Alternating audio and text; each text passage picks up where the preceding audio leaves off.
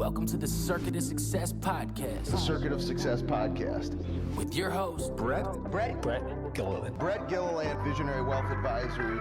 The Circuit of Success Podcast. Let's start the show. Welcome to the Circuit of Success. I'm your host, Brett Gilliland. Today I've got Kevin Dougherty with me. Kevin, how you doing, my man? I'm doing great. How about you? I'm doing great. You're in Dallas, Texas, right? Yes, sir. It's where home is, and finally getting to spend some time at home. I mean, even after the season ended, we've been on the road everywhere, so it's definitely really nice just to be home and in place. Nice night at home, isn't it? Yeah, as you'll find, 'cause I think you got a little one, so as those kids get bigger, even if you are at home, sometimes you're not at home. So, well, listen, man, you are Kevin Dougherty. You are a PGA Tour player. You know, you're not just a PGA Tour card holder. You are a PGA Tour player, my man. And so, we go way back. 2 years ago, we got on the elevator together. You look like a golfer. I think I had my sticks with me. I had the privilege of playing Muirfield Village. You were at a golf tournament, I think, at the Corn Ferry, and maybe for the qualifier, if I'm not mistaken. And we struck up a conversation. We ended up being next-door neighbors, started following each other on Instagram, and now here we are in a podcast. You just qualified for the PGA Tour. But before we dive into any of that stuff, man, I want to start for our listeners about a massive lesson that I've learned through this whole thing. So I'm going to brag on Kevin for a minute. I reached out to Kevin. Kevin was very nice, gave us of his time. We did a podcast. Well, Brett had a computer that was a little bit older, and my technology, let's say, wasn't great. And it happened on a couple guests, and I didn't think much of it. I thought it was just a rainy day, it's bad Wi-Fi, but it really was bad on our time. And I got off. I was so embarrassed. I'm like, my God, I look like an idiot. I've had all these guests on, and now here Kevin has to give us his time, and he thinks I'm this terrible person. And in our minds, we build these fears. And the people that listen to this, I'm sorry to do all the talking, Kevin, but we put it in our minds. It never blows up to our magnitude that we believe it to be, right? 100%. And I said, you know what, man, I got to reach out to this guy on Instagram and apologize and, tell him I was terrible as a host and kind of eat crow, and then humbly ask him if he'd even be open to doing it again. And here's what I learned, ladies and gentlemen. He said, yes, let's do it. And I'm like, in life, we put people on pedestals. Here's a PGA Tour player. He's going to say no. What an idiot Brett is. And all those fears never came true. So, Kevin, you are the man. I appreciate it. Sorry for the long intro, but I think it says a lot about you and your character and who you are. Yeah, no, definitely. I mean, just because of what I do for a living doesn't change who I am as a person. And I'm at fault as well. I mean, I completely whiffed our makeup interview. Flew back from Pebble on Monday, and we had it scheduled for Tuesday. And about 5:00 on Tuesday, I was going through my calendar. I'm like, oh no. Oh no. Hey, I thought it was the next day, and so that's my fault. But now I'm glad that we can kind of make it work and just kind of both being easygoing. Yeah. I think that's pretty important these days. I feel as if a lot of people have kind of lost that easygoing, just kind of roll with the punches and see how everything turns out. Yep. I think we both would agree if these are our biggest problems in life, we're pretty damn lucky, aren't we? We're doing okay. Yeah, we're doing just fine. So let me give a little backstory here. So another thing I want to talk about, Kevin, is I found in my research to be awesome is, and I know you guys talked about this on the Subpar podcast with Colt Noss and the Sleeves, and those guys are hilarious. They're awesome. Colt's coming on soon, I told you, and I've already had the Sleeves, so they're good guys. But people talk about it, and it's your perseverance. You almost made it on the tour a couple times. I watched that chip numerous times. It was, an inch from going in and did not go in, which would have got your PGA Tour card, 31 years old, and now you earn it. Talk about that grind, man, and talk about that journey of what you've learned to get you to where you are now, getting ready to start on the PGA Tour. Yeah, I just think I've surrounded myself with an incredibly close, small circle of support, and they've kind of beaten it into me that, the ultimate goal is not making the PGA Tour. It's not winning a PGA Tour event. It's not winning a major championship. It's enjoying this journey and kind of learning as you go along the way. And I feel like I've done a job of that, and that's definitely been something that's kept me going, even in those really tough times, like 2018 when I finished 26, and the next year I had a pretty good chance and just made a debacle of the last hole. And just having a very positive set of parents, a positive wife, my brother, all my coaches, and then that small circle of friends that, I mean, I pretty much call my family. They're all in it with me, and that Yeah. just kind of keeps the train going. Yeah. So I heard on a podcast you were on, it might have been the subpar when I think you sat down with your dad, right? And your dad, you said, "Hey, I don't know if I want to do this anymore." And what'd your dad tell you? Yeah, so that would have been the COVID year, and it was kind of like the wraparound season. So it was a long season. Yeah. Nobody really knew what was going to happen, if we were just going to stop playing again, if COVID spiked up again or whatever. So just kind of in a rut, and I felt like I was working hard, and I was traveling with two of my really good buddies that had kids. I didn't have a daughter at the time, and they were on the end of their careers, so they were talking about kind of wrapping it up, and I kind of fell into that a little bit. Like, Yeah. Easy to do. yeah, they seem to be just fine with it, and so it was after an event, and I believe I missed a cut in Utah, and it was a quick flight back to my hometown in Marietta, California, and sat down with my dad, and he goes, "Hey, you kind of seem a little off. Like, what's going on?" And I told him, like, I just don't know if I want to do this anymore. I mean, I vividly remember him saying, like, right now you don't have a child. You have a very supportive set of parents, a very supportive set of in-laws, an unbelievable wife, and if you can kind of get this thing back on track, like, you can provide for your family in more ways than just financially. I mean, my daughter's been on my daughter's been on 40 flights probably, and she's not even a year and a half old, and she's been to different countries, and that kind of sparked something in me, like, this is something that I really do want to do. I'm just need to get away from this trying to take the easy way out and almost play victim a little bit. And I mean, that was an amazing, very intimate, like, conversation I had with my dad, like, very touching. Yeah, which I think is huge because whether it's your dad or just a friend, a mentor, I mean, I think sometimes you need to hear you got people in your corner and thinking about your success and believing in your success, right? And I always say as a leader, sometimes we have to believe in somebody's success more than they believe in themselves, don't you think? Oh, 100%. And just going back to kind of that small circle of support, and it kind of just dawned on me. But that same season, we're kind of getting towards the end of the year, and was kind of in that same time frame where I had that conversation with my dad. My coach was out with me, and he's like, no matter what you end up doing, like, we're always going to be close. I mean, this Yeah. relationship we have, golf is business, but then outside of that, it's friendship. And is all I want you to do is just kind of give it your all, and just make sure you get to the finish line before you make up your mind. Hmm. And that was just like another one of those sparks. And I mean, just kind of conversations like that got me through one of the, like, my down years in my career. And I mean, I look back at them now and I'm like, holy cow, those are, I mean, pivotal kind of turn, like, times or whatever you want to call it in my Yeah. career. So very, very grateful for those conversations. And So talk about the preparation. I think again, let's take the golf course back to the boardroom here for work for leaders and people listening to this. Is your preparation? What's that like for you on off weeks? Obviously, now you're getting ready to go. You probably start in Hawaii in January here in the next month. Yeah, and so what's that preparation like in the next 30 days? Obviously, you get the holidays in there, but what's that like for you? yeah, so it's been amazing. Just kind of have some downtime and focus on kind of the way we want to go and structure this off season.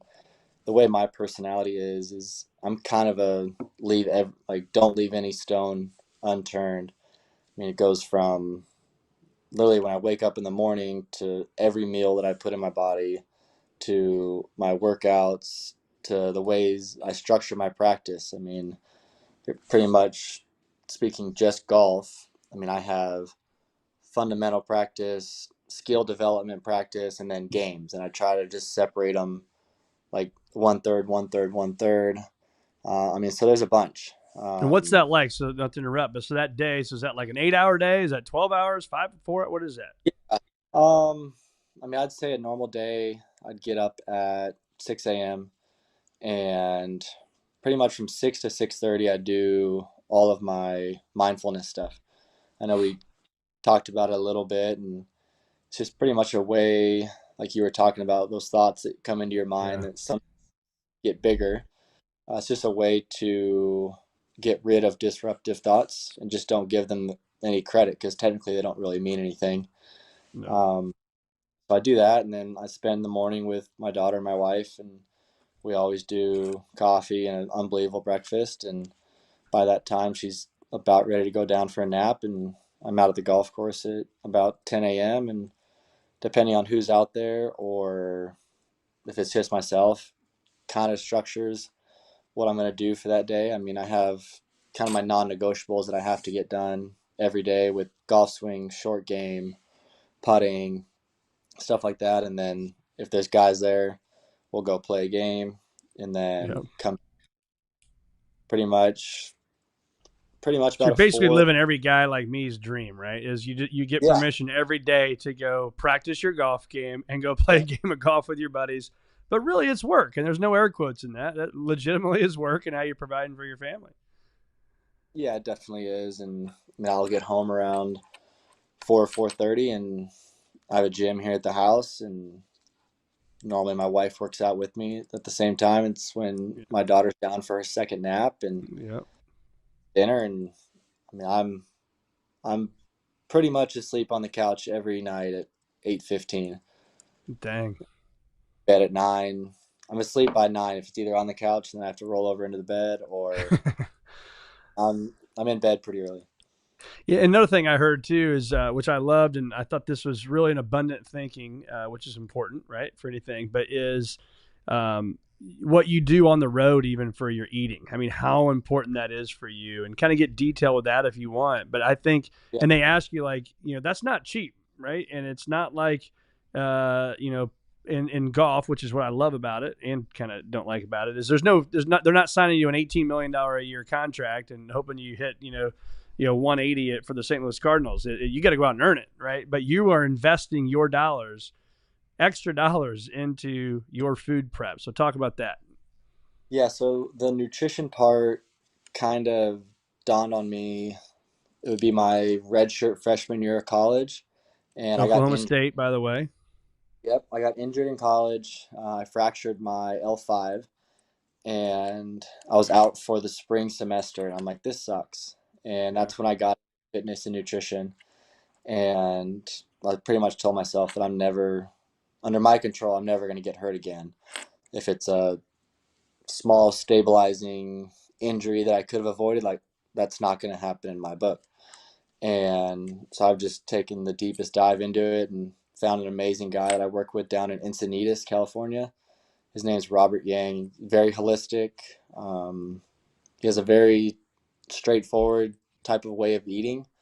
And just to kind of give you a quick preview on that, I mean, pretty much his outline or overview of how he'd like you to eat is the easiest way to maintain blood sugar, and it's protein, fat, and fiber. So protein is coming from animal. He's massive into high quality, organically sourced, grass fed cows or pasture raised poultry, stuff like that, just Yeah. because the amino acids in it. You can't get the amino acids on a plant based diet versus this animal based. And I mean, Yeah. I felt amazing. And I mean, I literally wake up on the dot. I have the most energy throughout the entire day, and I just had to find a way to have that same thing on the road.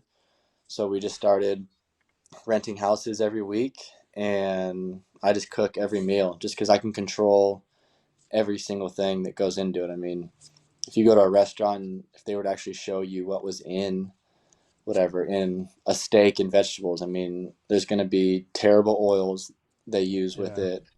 There's probably going to be some sort of corn syrup or sugar on a sauce that they put on. I mean, so I'm just taking out all those factors and I just feel amazing.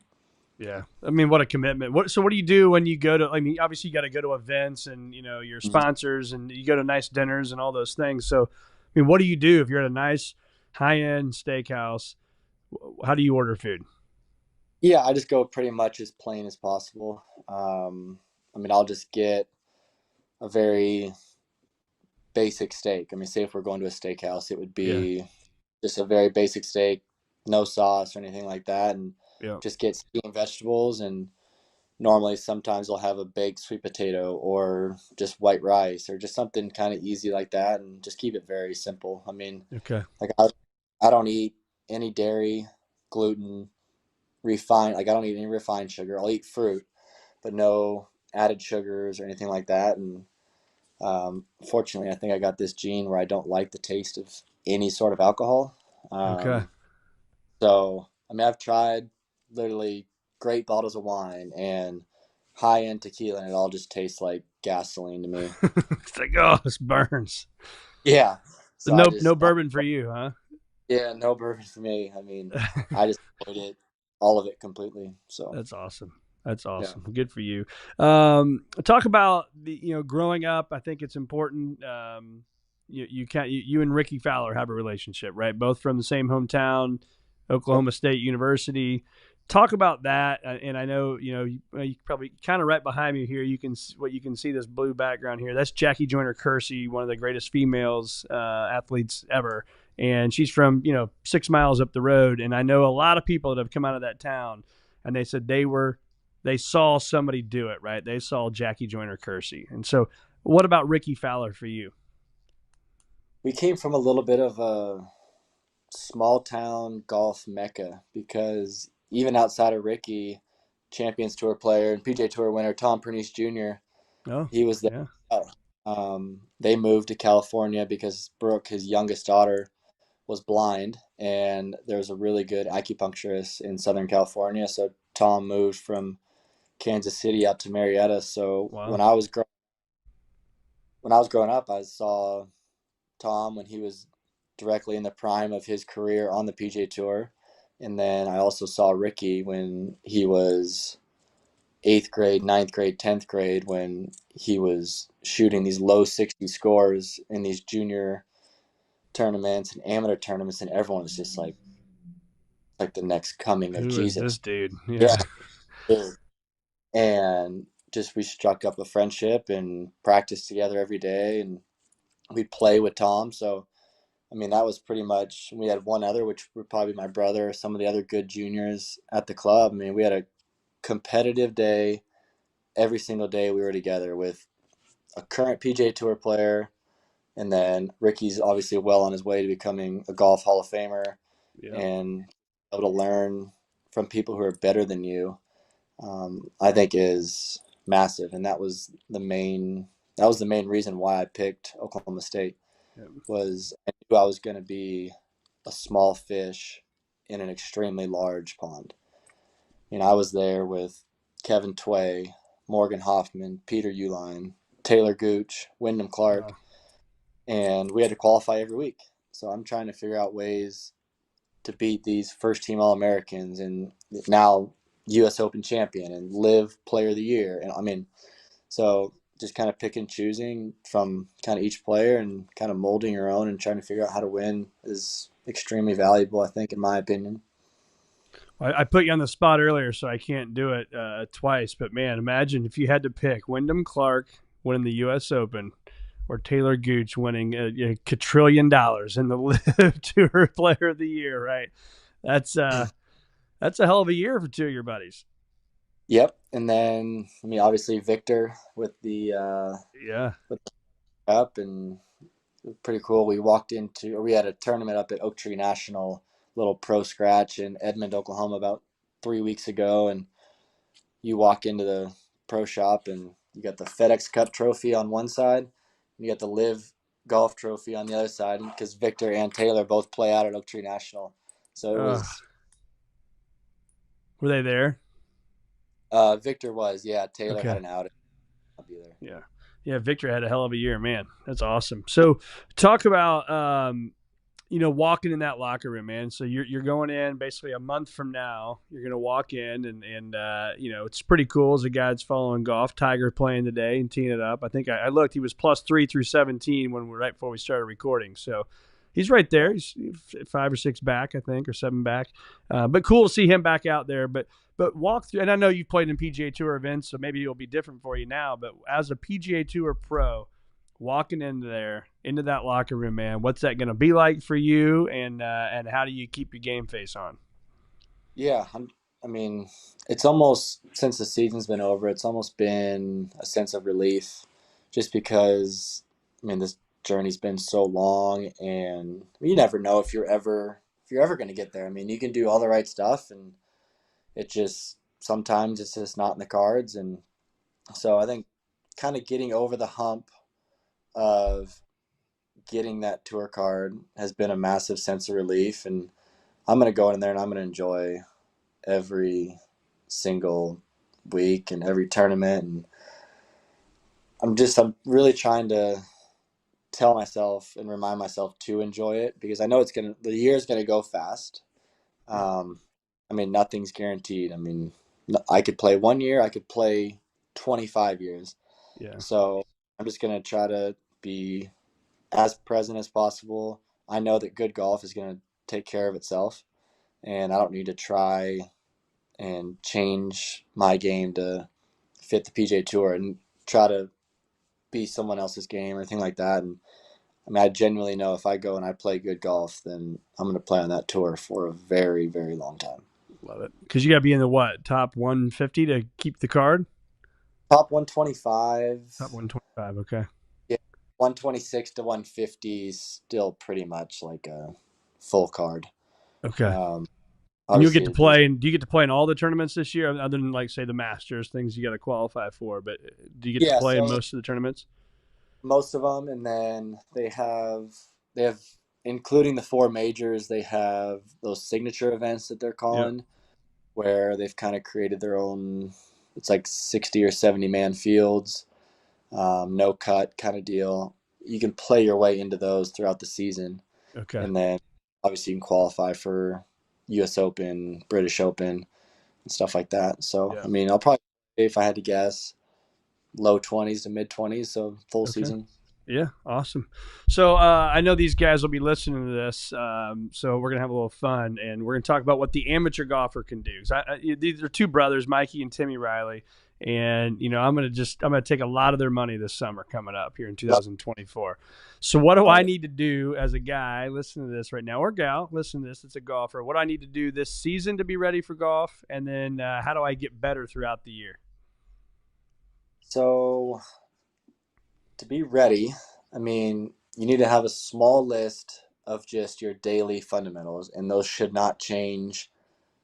They shouldn't change over the entire year, because just stay working on them, and 1% each day, you'll just kind of get better. And then within a year, then you can kind of reevaluate. Yeah. Next and when those things, are you talking about like working on chipping, working on putting, or is this more of like exercise type stuff? Because obviously it's cold here. We can't play that much golf. Yeah, I mean, do some indoor stuff regarding golf. If there's like a pattern you want to change, if you're too steep, too shallow, just kind of work on those. And then you got to figure out, because that's only 1/3 of the whole puzzle. I mean, the other one, you got to know how to hit shots.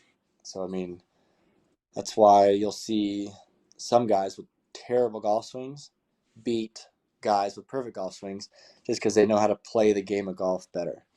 And, I mean, that's just as important as having the perfect wrist angle or whatever the newest fad is on social media. I mean, if you can sit up there and hit a draw against a left to right wind to a left pin, and then the next hole hit a fade to a right pin with a right crosswind, that's going to pay dividends compared to video your swing and trying to have it look perfect. So how do you do that even, like, right? So let's say, I mean, to the 10 handicap guy or the 15 handicap guy that probably can't do that, how do you recommend that? Obviously you got to learn it, got to watch videos, got to get with somebody, learn it, and then just edit, copy, edit, paste 5,000 times. Yeah, you just kind of got to experiment a little bit. I mean, when you do have that time to go to the range, I mean, try to make it fun. I mean, don't hit 7-iron 25 times at the same flag on the range. I mean, hit a cut 6 to it and then grab your 8 and try to hook the 8 on. I don't care if it hooks 50 yards, but just try to figure out how to play golf and then go to a different flag. And I mean, I would challenge anyone to not hit the same club twice to the same target during a practice session, and I bet their golf would get so much better. I love that. That's awesome. Then what do you got? What advice you got for me to be a better putter? Better putter. Well, do you have bad speed, or is it more of No, reading? I'm good lagging wise. It's just, that 8-foot putt, that 10-foot putt I miss, probably. Well, my problem is I probably think I should make every one of them. In reality, I probably make about 30% of them, right?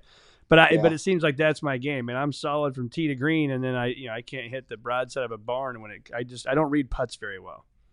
Yeah. So, I mean, I have a daily putting green reading drill that I think is incredible, and it's very simple. So all you need is 2 dimes and pretty much a Sharpie. So same thing, random. We're only going to hit one putt from the same spot. And for example, say you're 10 feet on the putting green. Yeah.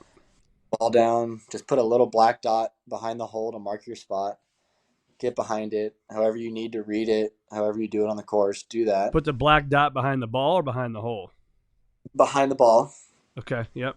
just so after you hit your putt, you don't lose your spot. Got it. So then, however you need to read the green, read it. And then about halfway between you and the hole, take your 2 dimes about a putter head width apart. And wherever you think the ball needs to roll, just put it right there in the center with the 2 dimes on the side and go back to your black dot. And then if you roll it through the dimes with good speed, it should go in with a good read. Yep. So if you roll it through the dimes and it misses, then you know that it's a bad read. So now you're constantly working on green reading. So if you were to do that 9 holes a day, 9 different putts, uphill right to left, downhill left to right, all different distances, I mean, it's impossible not to get better at green reading. Maybe I just edit this part out and don't let Mikey and Timmy and all my buddies hear this. Is that, No, we'll let it go. We'll let it go. I think that'd be good. I mean, exactly. I understand too. I mean, it's tough for guys that are getting out of the house once or twice a week and Yeah. show up. I mean, you show up 35, 40 minutes, grab a drink, hit some balls, hit 5 putts, and then go. I mean, yes. And sometimes just grab a drink, don't hit balls, put the phone down, tee off, grab the phone and walk, and you meet your buddies on the first green. You're finishing a call or something. But that's awesome. Talk about, I mean, you got one of my old buddies, one of my old college buddies is at your country club, Tony Romo. Little did I know that Tony Romo was going to be the Dallas Cowboys quarterback and make hundreds of millions of dollars on CBS as a sportscaster. But played a lot of basketball with Tony in college, and he probably could have been on our golf team, but he was not, and because he was too busy playing football. So you got Tony Romo, Will Zalatoris, and the guys. That's who you're playing golf with and having games with, right?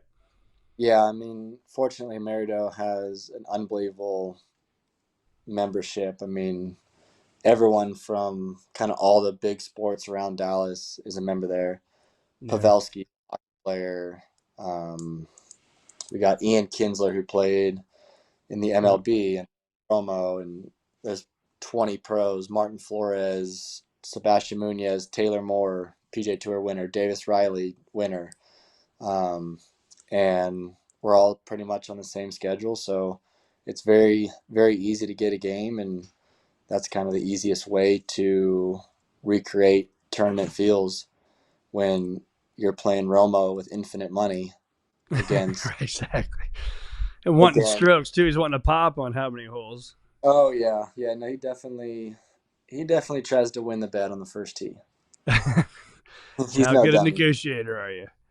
So, I mean, if you and Will Zalatoris are going out, this is another one I joke with some of my buddies about, and this guy Pete, we always joke, and I'm like, if Tiger and Rory are going out playing golf, you really think they're negotiating on the first tee who's getting pops? I'm like, no, they go play golf, and best man wins. Stop asking for strokes, And so I assume that's the way it is. Am I correct in saying that? You and Will Zalatoris don't talk about pops on the No, first tee box. no, absolutely not. Like, no, I wouldn't Thank you. ask. Thank you, I Kevin. wouldn't. I wouldn't ask Tiger. I wouldn't ask whoever the number. Scotty. I mean, Scotty's out there a lot. Like, no, when you're in this professional golf Or era, amateur golf, and you just want to take it to your buddies. If you're a 3 handicap and I'm a 1 handicap, I shouldn't have to give you 2 pops. I agree. Yeah. I mean, Thank you. I would say from mini tours to pretty much if you're playing every single major every single year, you never ask for pops. Some guy that just came out, you're signing up for professional golf.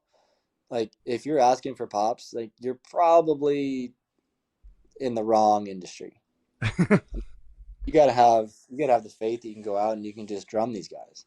Yeah, I love that. It's So kind of like when I was in my, I think, mid-20s and I was looking for a new car. I thought I was a successful hot shot, and I asked the car dealer guy, I said, what's the miles per gallon for this on gas on this Escalade? And the guy goes, I don't know. He goes, the people that buy them don't ask that. And I go, great idea. I'm out. See you later. Thanks yeah, for your help.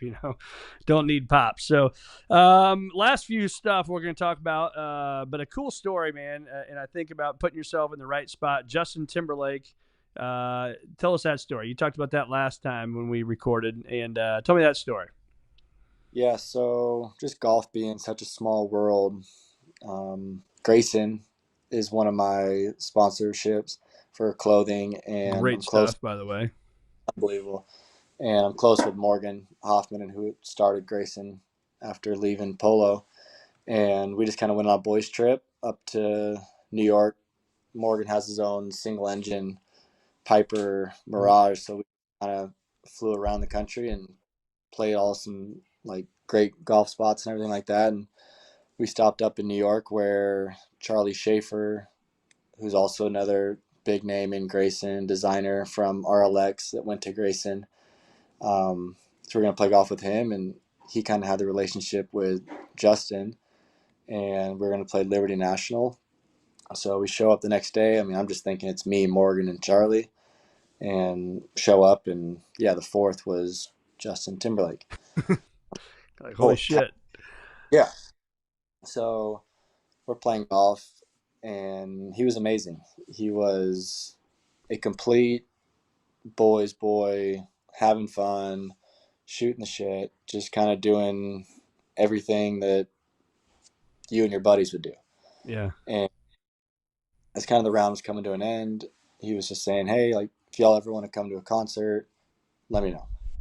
And so he like gave us his phone number. I'm like, wow, like, thinking, yeah, it's probably his manager's phone number or the person who deals with tickets or whatever. So probably 3 or 4 months go by, and I see that he's playing right here in my backyard in Dallas. So I'm like, oh, I'll give it a shot. Text him, hey, dude, I see that you're playing in Dallas. Never been to a concert. I'd love to come. I mean, within a minute, he responds, hey, dude, absolutely. We'll get you set up, friends and family passes, all this. Bam. So that was amazing. And had an awesome time. Got to see him after the show. His wife was there. Him and my wife got to meet, talked. And it was just amazing. Like, just completely normal, down to earth. Couldn't be better. Fast forward maybe 3 or 4 months, we had some off time in our Corn Ferry schedule, and I was out in Scottsdale, and kind of his tour was going right through there. And I had a couple buddies with me. I said, hey, you guys want to go to a concert? They said, yeah. So same thing. Like, hadn't talked to him since maybe the day after he played here in Dallas, just saying thanks or whatever. And hey, I'm in Scottsdale. See that you're playing. I'm here for like a week or so. Like, let's get together. Bam, immediately. Got you. It was during spring training, so that everyone was there. And I mean, I'm sitting there watching JT perform next to Mike Trout and Kershaw, and Jeez. yeah, I'm just like, what is going on? Like, I'm just keeping my cool, act like this is normal. Yeah, exactly.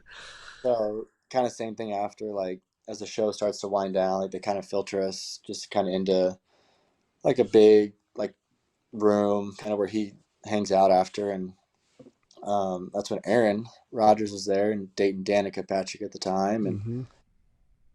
John Mallinger and I kind of go way back just because he played at Virginia Country Club in Long Beach, and my grandfather lived there. So I might have sparked up a little conversation with Aaron. Just said, hey, I think we have a mutual friend, John Mallinger. He goes, oh yeah, because they used to play a pro-am together, and Yeah. so me and JT were just planning on playing golf the next day at Scottsdale National because I was with PXG at the time, and that's where he was staying.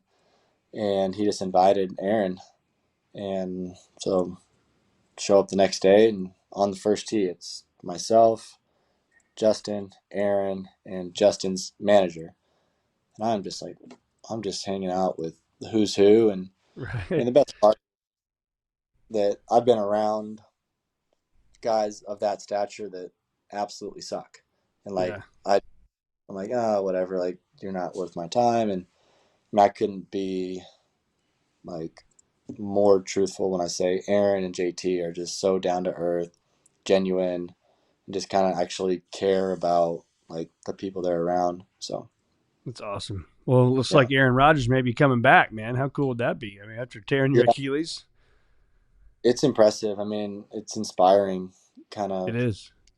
work that he's doing, and the power of the mind. And I mean, it's wild. I hope that he can come back and I mean somehow have the Cinderella story and turn those Jets around and do Yeah, something it'd be special. amazing. So last topic here is you said the power of the mind, and I was actually going to mindset. So again, whether I'm on the golf course and I'm frustrated, and I'm at work, I'm frustrated, or at home, you can be frustrated. What are some of the kind of the practices you do to stay mentally strong? Because mental performance is key in no matter what area of life, right? So what do you do to stay mentally strong and maybe not get too high, too low, no matter what moment you're in? Yeah, so one thing that I've learned from my mental coach is figuring out how to stay present. And I know it sounds pretty cliche, but when things start to speed up or go sideways and our minds start racing or everything like that, so becoming mindful of those times. And then I literally ask myself, like, how do I know I'm breathing? Because if I know that I'm breathing, like if I focus on, like for me, like I feel like the air going in my nostrils and then out, like I am so dialed into this present moment that everything else kind of, the waves start to get smaller and smaller from like the outside Yeah. of what I'm kind of going through. So if it's from frustration or if I'm in contention, I mean, I'll do it multiple times around. I mean, multiple times a hole if I need to. Just And walk into a shot, breathing, focusing. yeah, exactly. I mean, just stuff that you can control. So I'd say that would be one of them. And then just daily mindfulness practices. So, like this morning, I wake up and I pretty much set my alarm for anywhere between 5 to 7 minutes and close my eyes. And I literally try to see every thought that comes into my mind. And I don't act upon it or judge it or anything like that. Just pretty much like waves in the ocean. Just a thought comes in and then it goes out, and just not giving any And thoughts that's or feelings. sorry to interrupt, but that's oh my shoulder hurts. It's okay, don't say anything. It's I got to do this thing today. I got to run this errand. I got to practice this way. I got this meeting later. Mm, Don't think. Don't yeah. judge. Let it go. Yep. Yep. It just kind of gets you in like the being mode of mind rather than always trying to do something and trying to control this and trying to control that. And because if you try to control too much, then Yeah. then you feel like you like are almost out of control. Like this first time something falls off a shelf, I mean, you're triggered. Or so there's definitely a balance between what you can control and what you cannot control. Yeah. Yeah. Solid. Solid. Being in the moment, man. It's also I find myself you go out, maybe you birdie 1 and 3, and you're like, all right, man, I'm 200, man. If I do that, and it's like you already start thinking about that. For us guys, if I'm gonna go out and have a chance to shoot 68, I'm like, holy crap, but then I'm like, I got to stay present. The next swing matters. Don't worry about where I'm at the end of the round. And I try to Yeah. do that, but and I'm getting better at it, but as soon as my mind starts going there, and it's like, crap, there's a double bogey. It just takes all focus away. It's crazy. Yeah. I mean, that's why literally learning how to be incredibly present is so powerful, because, I mean, what you did 2 holes ago is completely irrelevant to this shot. Yeah. And then if you're worrying about screwing it up, like, you've already casted this pretty much this future that you think you should be in, Yeah. rather than just staying present and just dealing and living with the outcome. Yeah. I keep saying last question. I'm just curious, a guy like you, I just picked up a 60-degree wedge this past year. I've never done that my whole career of playing golf. But what wedges do you use? I use Vokey. Okay, that's what I use. Yeah, Vokey 60, 56, 52. And a fun little story actually about Vokey is, so Aaron Dill is the head, pretty much Bob Vokey's right-hand man on tour. Okay. And take it back, I don't know, 20 years, Aaron Dill was working at a local golf shop in my hometown, and he was my first golf coach. No way. And yeah, now he's building wedges for all these major champions and buddies of mine that obviously are out winning and stuff like that. And if Aaron gets brought up, I'm like, oh, he's my first golf coach, and guys are just like, what? Blown away. So golf's such a crazy small world.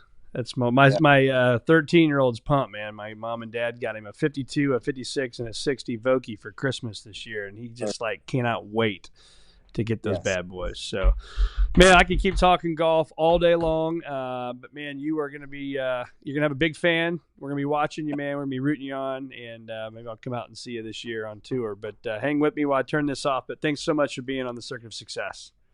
Yeah, thanks again. Glad we could do it.